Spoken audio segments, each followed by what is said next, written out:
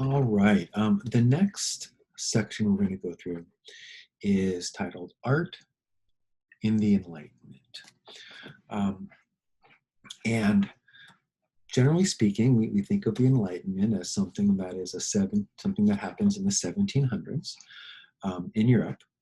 And during this time period, we're going to see that there is some slight changes to art, to music, and to architecture. Um, so first, let me say that Rococo becomes popular in Europe. Rococo is a style of painting that is more elegant than the grandeur and magnificent Baroque style of art. It is also more secular. It's more about beauty and less about religion and um, big, huge topics. It's more about a flower or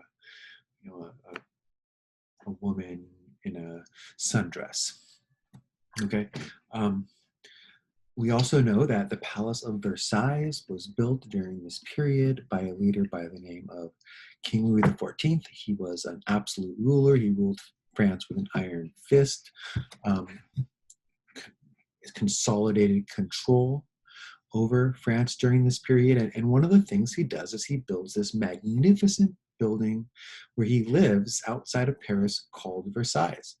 Um, not only is it the first building like this kind of massive king, it's not a castle, it's a building. It also is going to be copied. We're going to see that leaders from all around Europe are going to show up in Versailles. They're going to go to Paris. They're going to then go visit Versailles. They're going to see this beautiful building. It's massive, and it's rose gardens in the front, almost kind of like a maze. And they're going to try and copy it in their own land. So from Hungary to Prague to London, we see that this style of architecture, this style of building, will be emulated by leaders after they see how this first built in France by King Louis XIV, the model of an absolute ruler. Also, during this time period, we see that Haydn and Mozart come onto the musical scene, creating a genre of music that we call classical music. Now,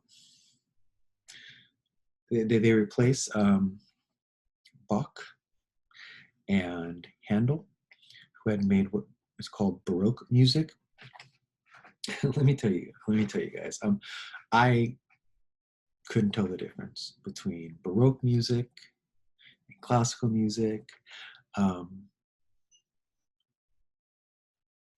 If you played Mozart or Bach or later Beethoven, it all sounds the same to me. I shouldn't even be talking like this. My wife would kill me, because the truth is that my wife loves classical music, and a few times a year we'll go down to the Hollywood Bowl, we'll check out the LA Phil, and I think I've actually seen them do Mozart.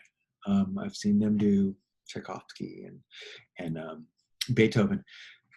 And it's so nice and lovely down there. There's a beautiful outdoor arena. Also, they played at the Disney Concert Hall, which is a really, really cool venue as well in downtown.